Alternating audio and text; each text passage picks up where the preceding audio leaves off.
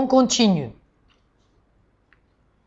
Un peu plus de 1 300 000 agriculteurs travaillent dans près d'1 million d'exploitations et placent la France au premier rang de la communauté européenne économique, c'est-à-dire aujourd'hui l'Union européenne. 24% des terres cultivées et 22% du revenu agricole de l'Europe de 15.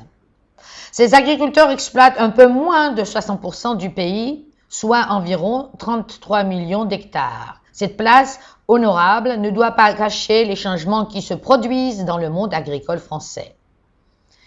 La diminution du nombre des exploitations agricoles, commencée après la Deuxième Guerre mondiale, a eu pour effet l'agrandissement de la surface moyenne de chaque exploitation. 24 hectares en moyenne, avec de grandes différences selon les régions. Plus de 50 hectares dans le bassin parisien et moins de 15 hectares dans le sud-est. Avec l'aide de l'État, ces nouvelles exploitations ont pu mieux s'équiper. 3 exploitations sur 4 ont au moins un tracteur. Pour compléter leur équipement, de nombreux agriculteurs se sont lourdement endettés et le remboursement est difficile.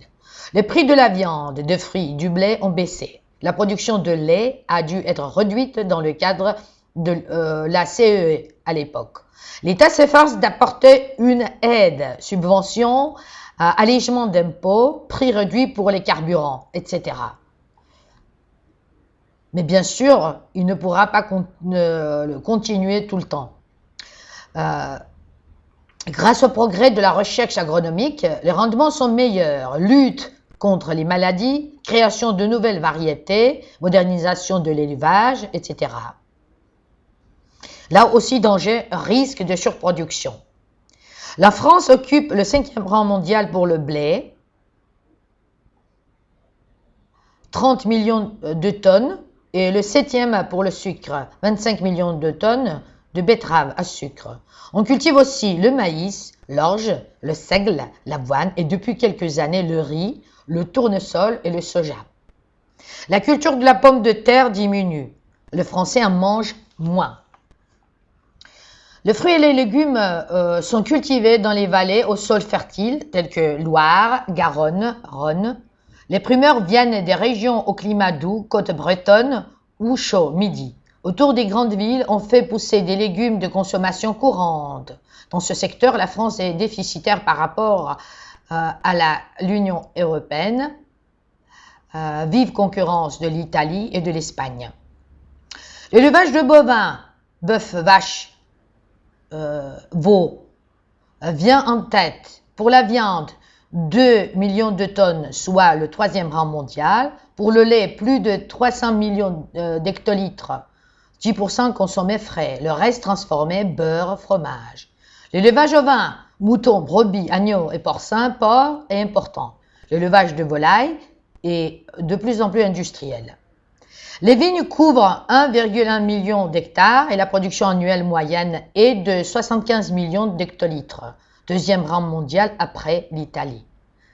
Le vin de consommation courante représente le 2/3 de la production. Vin de table, vin de pays.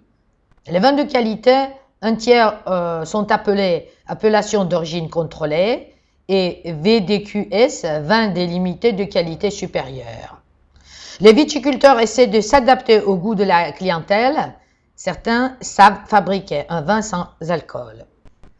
Avec ses 3 façades maritimes, la France n'occupe pourtant que la 4e place dans l'Union européenne. 500 000 tonnes de poissons. La pêche artisanale disparaît au profit de la pêche industrielle, congélation et transformation de produits. Le déficit est causé par l'importation de produits chers, homards, langoustes et saumons.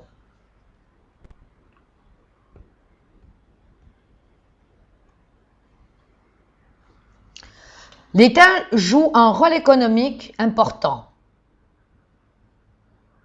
quand il s'agit et quand on parle d'une mutation profonde des structures. Il n'est pas seulement le premier producteur et le premier client, mais aussi le premier employeur. L'administration regroupe environ 2 160 000 personnes, dont plus d'1 million sont affectées à l'éducation nationale. Il est aussi le premier transporteur, le premier propriétaire foncier immobilier.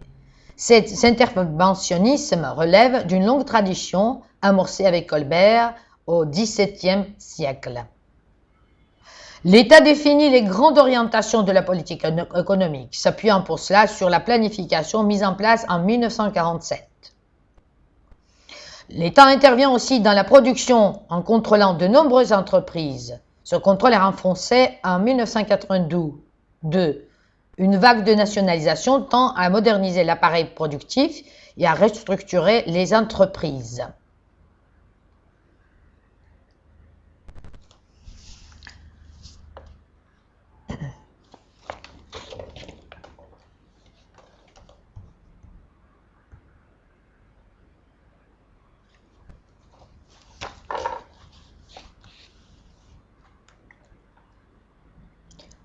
Les entreprises françaises s'adaptent à de nouveaux impératifs.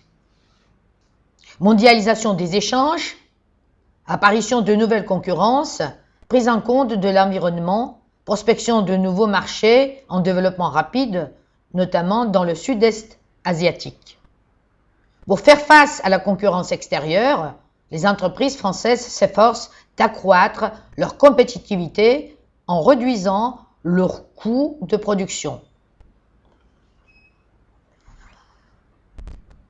Les entreprises disposent dans l'industrie d'une main-d'œuvre qualifiée dont le coût salarial de 25% inférieur à celui de l'Allemagne renforce la compétitivité.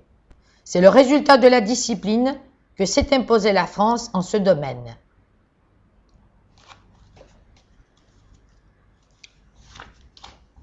Aujourd'hui, la France affiche clairement une économie libérale.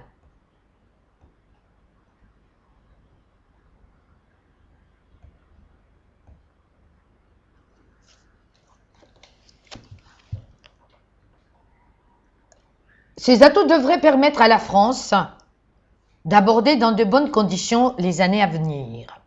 Les principales difficultés tiennent désormais à la montée du chômage et au déficit public. La croissance du PIB en France au premier trimestre de 2011 a atteint plus de 1,% à variation trimestrielle, soit largement au-dessus du consensus, plus 0,6%. Il est très bon résultat, inédit depuis le printemps 2006.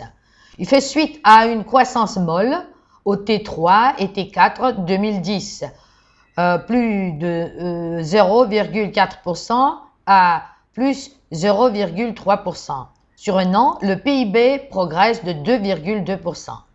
Le PIB de la France a atteint de 495 milliards d'euros en valeur et de 451 milliards d'euros en volume. Le niveau du PIB fin 2010 reste 0,8% en dessous de celui du T1 2008, soit 3 ans après le début de la dernière récession. Jamais une reprise ne fut si lente. Si le total du PIB est très bon, l'analyse des composantes laisse entrevoir des plus et des bémols.